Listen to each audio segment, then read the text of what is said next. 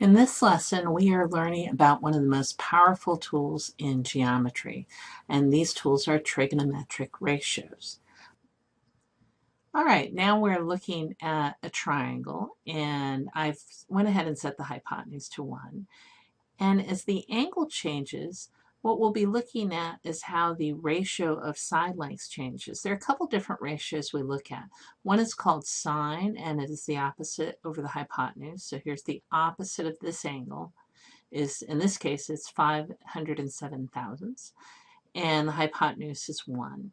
So I set the hypotenuse to 1 for this whole example. So as I move the sides, you can see that my opposite side is getting bigger as the angle gets bigger. And the adjacent side, this one right here, gets smaller as the angle gets bigger. So the sine, if I rotate it through, the maximum value you'll see for sine is 1 when it's pretty much right on top of each other, and that angle is almost 90 degrees. The minimum value for sine, you'll find out, is about 0.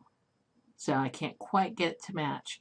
So sine oscillates for a regular triangle, and there are other more complicated ones where you can get a negative sign. But for most of our work right now, we're going to be dealing with the sine just being a positive ratio.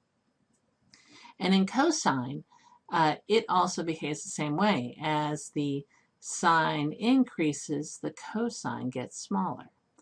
Tangent's pretty interesting because tangent can start at 0, but as you can see, as this angle goes up, tangent can get bigger and bigger because it's this side over the shorter side. And as the shorter side gets smaller and smaller, dividing that taller and taller side by that smaller side gets you really big numbers. And you can see it's starting to get even bigger, 15, 60. So tangent doesn't really have a maximum value. So as I showed you before with the triangle, the sine is of an angle is a ratio of the length of the leg opposite the angle to the length of the hypotenuse. The cosine is a ratio with the adjacent and the hypotenuse. And the tangent is the length of the leg opposite the hypotenuse angle to the length of the leg adjacent to the angle. And this leads to something you'll often hear. It's called SOHCAHTOA. Sine is opposite over hypotenuse, SOH. Cosine is adjacent over hypotenuse, CAH. And TOA stands for tangent is opposite over adjacent.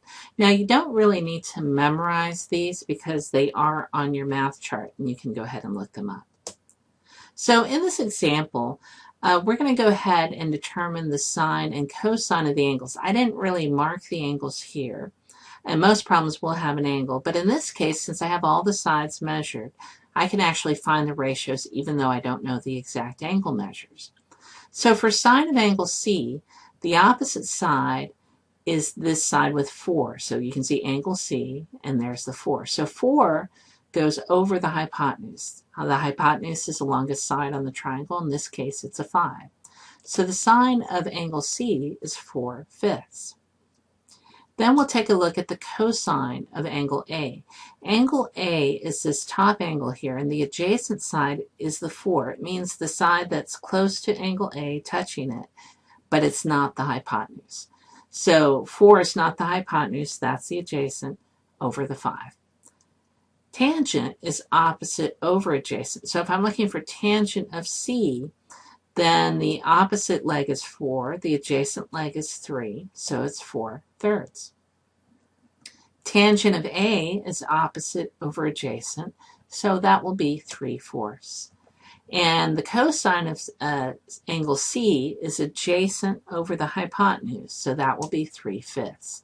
And finally, the sine of A is the opposite over the hypotenuse, so that is also 3/5. Now, some tips for doing problems. The biggest tip I can tell you right now is make sure that your calculator is in degrees, not radians. And you can check that by checking the mode, and I'll go over that with you in class just to make sure you're clear on that. You want to always highlight the known side in these problems. So you want to say, okay, what kind of side is this? Is this opposite, adjacent, or the hypotenuse? Now highlight the side you are looking for in a different color. So this is when we're trying to look for a side. And then you're going to set up an equation with the trigonometric ratio. Here's example 2, and we want to find the length of AC, and we're going to round that to the nearest hundredth. So the first thing I need to know, I have this side BC marked, and I have an angle 46. Well, how are these sides related to this angle? Well, AC is the hypotenuse. I can tell because it's opposite the 90-degree angle. And the 19.2 inches is the adjacent side. So which trig function uses adjacent and hypotenuse? That is cosine. So I set up an equation with that ratio. Cosine of 46 degrees is equal to 19.2 over what we're looking for, AC. Now I can go ahead and solve this kind of like a cross multiply, put a 1 underneath. And so I'll have cosine of 46 times AC equals 1 times 19.2. And that gives me this equation. Since I'm looking for AC, I can divide both sides by cosine of 46. And then when you substitute it into your calculator, it's going to be 19.2 divided by cosine of 46. Now, how do you find this button on your calculator? If you look under the arrow keys, you'll see sine, cosine, and tangent buttons there. So in this case, you would have done 19.2, hit the divide button, cosine, do 46, and you can do close parentheses. It's probably a good idea, and hit enter. Since they wanted me to round to the nearest hundredths, I double underlined the hundredths place and circled the digit next to it to the right. Since that's 5 or higher, I round up, so it's 27 and 64 hundredths of an inch. Example 2, we want to find this distance LK on this triangle. I know the angle next to it, it's 61 degrees. And I know the side opposite the angle, which is 9.5 feet. So I know opposite and I know adjacent. So katoa, opposite and adjacent, is tangent. So I set up an equation, tangent of 61 equals the opposite over the adjacent. Now I go ahead and solve this, and I just went ahead and put a 1 underneath so I can cross multiply. It makes it a little simpler. I'm trying to find this LK, so I can divide both sides by tangent of 61. And then I have LK, the distance equals 9 and 5/10 divided by tangent of 61. Entering that into my calculator, I get this very long number.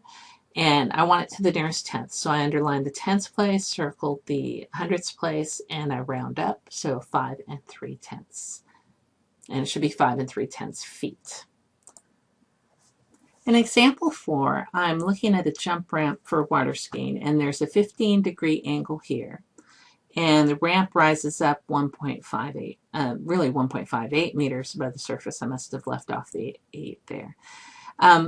And I'm looking for this distance, the length of the ramp. That's the hypotenuse. So we're going to call that x. That's what we're looking for. And since I know the opposite and I'm looking for the hypotenuse, the trig ratio that will help me here, trig is short for trigonometric, is the sine of 15 degrees. Sine is opposite over hypotenuse. So I set up sine of 15 degrees equals the opposite over the hypotenuse. Now I can go ahead and basically I shortcutted this one, but you can put a 1 under the sine and then cross multiply, and you end up with this. X times sine of 15 degrees equals 1.58 meters. Now I can divide both sides by sine of 15 degrees. So x is 1.58 divided by sine of 15. We want this to the nearest hundredth of a meter. So I underline the hundredths position here. And in the thousands position is a 4, so I do not round up, I keep it as a 0. So my answer is 6 10/100ths of a meter. Last but not least, example 5. I went ahead and marked the hypotenuse on here, and they want us to find the length AB, so I marked that red.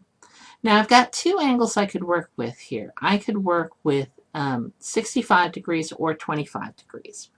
Well, if I work with 65 degrees, this side is adjacent. So it either has to be tangent or cosine. Well, cosine, I need to do well, first of all, there's no cosine of 65 here, so I'm not going to use that one. And then if I use tangent of 65, that would be opposite over adjacent. The problem with that is I don't know the opposite. So let's try using the 25-degree angle. I'm trying to look for the red and the 25-degree angle, and I'm looking for the opposite. I do know the hypotenuse, so opposite hypotenuse, I should be using the sine function. So sine of 25 degrees is AB over 7 and 1/10. I can multiply both sides by 7 and 1/10. This simplifies on the right to just AB, so my answer is 7.1 times sine of 25 degrees, or choice A.